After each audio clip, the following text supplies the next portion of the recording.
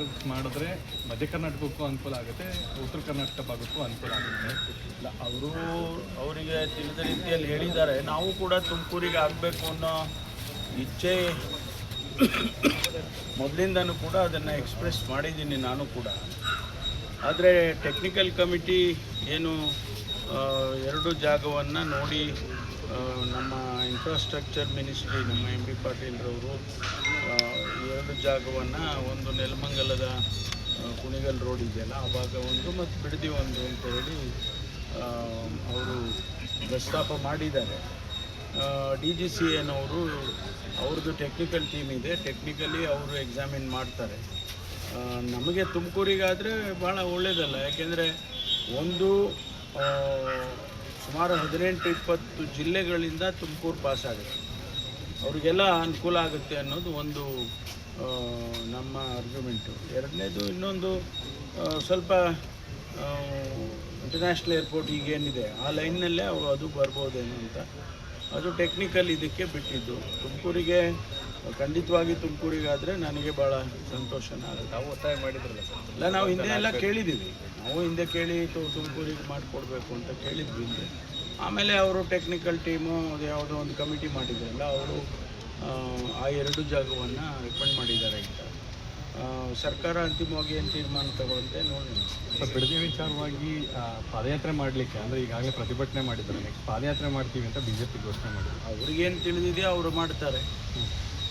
ಇದು ನಾವು ಅಭಿವೃದ್ಧಿ ದೃಷ್ಟಿಯಿಂದ ಮಾಡೋದಕ್ಕೆ ಹೊರಟಿದ್ದು. ಹಿಂದೆ ಕುಮಾರಸ್ವಾಮಿ ಅವರೇ ಇದನ್ನು ಪ್ರಸ್ತಾಪ ಮಾಡಿದರು, ಆನಂತರ ಅದನ್ನು ಕೈಬಿಟ್ಟಿದ್ರು. ಮತ್ತು ತಿರುಗಿ ಒಂದು ಸಿಸ್ಟಮ್ಯಾಟಿಕ್ ಆಗಿ ಮಾಡಬೇಕು ಅಂತೇಳಿ ಈಗಿನ ಮುಖ್ಯಮಂತ್ರಿಗಳು ಶಿವಕುಮಾರ್ ಅವರು ಈಗ ಅದನ್ನು ತೆಗೆದುಕೊಂಡು, ಮೊದಲೇ ಹಿಂದೆ ನಾನು ಸಿದ್ದರಾಮಯ್ಯನವರು ಇದ್ದಾಗಲೇ ಕ್ಯಾಬಿನೆಟಲ್ಲಿ ಅದನ್ನು ಅಪ್ರೂವ್ ಮಾಡಿಸ್ಕೊಂಡಿದ್ರು. ಈಗ ಅದನ್ನು ಇಂಪ್ಲಿಮೆಂಟ್ ಮಾಡೋದಕ್ಕೆ ಪ್ರಯತ್ನ ಮಾಡೋವಂಥದ್ದು.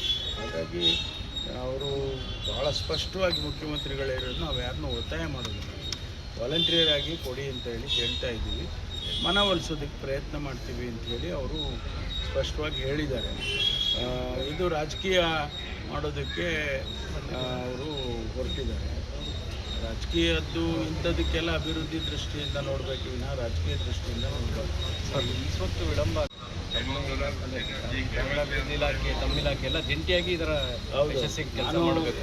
ನಾವು ಅದನ್ನು ಫಾಸ್ಟ್ ಫಾರ್ವರ್ಡ್ ಮಾಡಿದ್ದೀವಿ. ಈಗ ಈ ಸ್ವತ್ತನ್ನು ಗ್ರಾಮೀಣ ಇಲಾಖೆ ವತಿಯಿಂದ ಕೊಡ್ತಕ್ಕಂಥದ್ದಿದ್ರೂ ಕೂಡ ನಾವು ಕಂದಾಯ ಇಲಾಖೆಯಿಂದ ಅದಕ್ಕೆ ಪೂರಕವಾಗಿ ನಾವು ಕೂಡ ಮಾಡಬೇಕಾಗ್ತದೆ. ಅದನ್ನು ಆದಷ್ಟು ಬೇಗ ಮಾಡಿ ಅಂತೇಳಿ ನಾವು ಫಾಸ್ಟ್ ಫಾರ್ವರ್ಡ್ ಮಾಡಿದೆ. ಯಾಕೆಂದರೆ ಅದು ಭಾಳ ದಿವಸದಿಂದ ನೆನೆಗುದಿಗೆ ಬಿದ್ದಿರೋಂಥದ್ದು ಆಗಬಾರ್ದು, ಬೇಗ ಬೇಗ ಮಾಡಿಸ್ತೇವೆ. ಸರ್, ರಾಜ್ಯದಲ್ಲಿ ಮಳೆ ಕೈ ಕೊಟ್ಟಿದೆ, ಬರದ ಛಾಯೆ ಇದೆ. ಒಂದು ಕಡೆ ಸರ್ಕಾರ ಸಚಿವ ಸಂಪುಟ ವಿಸ್ತರಣೆಯಲ್ಲಿ ಕಸರತ್ತು ಮಾಡ್ತಾ ಇದೆ, ಆಗ್ತಾ ಇಲ್ಲ. ಅದು ಅಧಿವೇಶನವನ್ನು ಕರೆಯೋದ್ರಲ್ಲಿ ತಡ ಆಗ್ತಿದೆ ಅನ್ನೋಂಥ ಆರೋಪ. ಅದೆಲ್ಲ ಈಗ ನೋಡಿ, ಒಂದು ಕಡೆ ನಿಮ್ಮ ಎಕ್ಸ್ಪೆನ್ಷನ್ ಆಗಲಿಲ್ಲ ಅಂದರೆ ಏನು ರೀ ಬರೀ 15 ಜನ ಮಂತ್ರಿ ಇಟ್ಕೊಂಡು ಮಾಡ್ತೀರಾ ಅಂತ ನೀವೇ ಹೇಳ್ತೀರ. ಇನ್ನೊಂದು ಕಡೆ ಈಗ ಎಕ್ಸ್ಪೆನ್ಷನ್ ಮಾಡ್ತೀರಿ ಅಂದರೆ ಬರ ಇದೆ, ನೀವು ಎಕ್ಸ್ಪೆನ್ಷನ್ ಮಾಡ್ತೀರಿ ಅಂತೀರಿ. ನೋಡಿ, ನಮಗೆ ಜವಾಬ್ದಾರಿ ಇದೆ, ಜನ ಜವಾಬ್ದಾರಿಯನ್ನು ಕೊಟ್ಟಿದ್ದಾರೆ. ಜವಾಬ್ದಾರಿ ಸರ್ಕಾರವಾಗಿ ರಾಜ್ಯದ ಕಷ್ಟ ಸುಖಗಳಿಗೆ ಏನು ಮಾಡಬೇಕೋ ಅದನ್ನು ಮಾಡ್ತೀವಿ.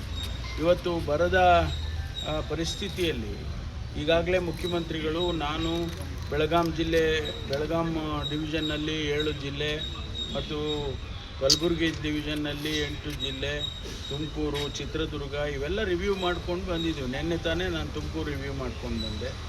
ನಮಗೆ ಆತಂಕ ಇದೆ, ಸರ್ಕಾರಕ್ಕೆ ಜವಾಬ್ದಾರಿ ಇದೆ, ಮುಂದೆ ಏನು ಮಾಡಬೇಕು ಅಂತೇಳಿ ನಾವು ಈಗ ಚರ್ಚೆ ಮಾಡ್ತಾಯಿದ್ವಿ. ನಾಳೆ ಮುಖ್ಯಮಂತ್ರಿಗಳು, ನಾನು ವಿಡಿಯೋ ಕಾನ್ಫರೆನ್ಸ್ಗೆ ಎಲ್ಲ ಡೆಪ್ಯೂಟಿ ಕಮಿಷನರ್ಗೆ ಕರೆದಿದ್ದೇವೆ. ವಿಡಿಯೋ ಕಾನ್ಫರೆನ್ಸ್ನಲ್ಲಿ ಮಾತಾಡ್ತೇವೆ, ನಮ್ಮದು ಸರ್ಕಾರದಿಂದ ಏನು ಸೂಚನೆ ಮಾಡಬೇಕು ಮಾಡ್ತೀವಿ. ಈಗಾಗಲೇ ಪ್ರತಿಯೊಂದು ಜಿಲ್ಲಾಧಿಕಾರಿಗಳಿಗೆ 5 ಕೋಟಿ ರೂಪಾಯಿ ಕುಡಿಯೋ ನೀರಿಗೆ ಕೊಟ್ಟಿದ್ದೇವೆ. ಸುಮಾರು 329 ಕೋಟಿ ಈಗಾಗಲೇ ಅವರಲ್ಲಿ ಇದೆ. ಅದರ ಜೊತೆಯಲ್ಲಿ ಪ್ರತಿ DC ಹತ್ರ PD ಅಕೌಂಟಲ್ಲಿ 600-700 ಕೋಟಿ ರೂಪಾಯಿ ಹಣ ಇಟ್ಟಿದ್ದೀವಿ. ಅದು ಯಾವ ಇಂತಹ ಸಂದರ್ಭದಲ್ಲಿ ಉಪಯೋಗ ಮಾಡಿಕೊಳ್ಳಿ ಅಂತ ಹೇಳಿ ತಿಳಿಸಿದ್ದೇವೆ. ನಾವು ಭಾಳ ಜವಾಬ್ದಾರಿಯಿಂದ ಇದನ್ನು ನಿಭಾಯಿಸೋದಕ್ಕೆ ಪ್ರಯತ್ನ ಮಾಡ್ತೇವೆ. ವಿಪಕ್ಷಗಳು ಬರೀ ಲೆಟರ್ ಬರೆಯೋದ್ರಲ್ಲಿ ಅಷ್ಟೇ ಆಗಿದೆ, ನೀವೇನು ಮಾಡ್ತೀರಿ ಅನ್ನೋಂಥ ನಾವು ಮಾಡ್ತಾ ಇರೋದನ್ನೇ ಹೇಳ್ತಾ ಇದ್ದೀನಲ್ಲ. ಈಗ ಕುಡಿಯೋ ನೀರಿಗೆ ಯಾವುದೇ ತೊಂದರೆ ಆಗಬಾರ್ದು ಅಂತ ಅವ್ರಿಗೆ ಹಣ ಕೊಟ್ಟಿದ್ದೇವೆ. ಅದನ್ನು ಮಾನಿಟ್ರ್ ಮಾಡ್ತಾರೆ. ಪ್ರತಿ ಡೆಪ್ಯೂಟಿ ಕಮಿಷನರು ಮಾನಿಟ್ರ್ ಮಾಡ್ತಾರೆ, CEO ಮಾನಿಟ್ರ್ ಮಾಡ್ತಾರೆ. ನೀವೇನು ಮಾಡ್ತೀರಿ ಅಂದರೆ, ಈಗ ನಾನು ಪತ್ರ ಬರೆದಿದ್ದೀನಿ, ಕೇಂದ್ರ ಸರ್ಕಾರದಿಂದ ಅವರು ಹಣ ಕೊಡಿಸ್ಲಿ, ಆ ನಿಯಮಗಳನ್ನು ಬರ ಪರಿಸ್ಥಿತಿಯಲ್ಲಿ ಬರ ಪೀಡಿತ ಪ್ರದೇಶ ಅಂತ ಘೋಷಣೆ ಮಾಡೋದಕ್ಕೆ ಕೆಲವು ನಿಯಮಗಳನ್ನು ಕೇಂದ್ರ ಸರ್ಕಾರ ಮಾಡಿದೆ. ಅದನ್ನು ರಿಲ್ಯಾಕ್ಸ್ ಮಾಡಿ ಅಂತೇಳಿ ನಾನು ಪತ್ರ ಬರೆದಿದ್ದೇನೆ. ಇಡೀ ದೇಶದಲ್ಲಿ ಇವತ್ತು ಬರೀ ಕರ್ನಾಟಕದಲ್ಲಲ್ಲ, ಇಡೀ ದೇಶದಲ್ಲಿ ಬರ ಇದೆ.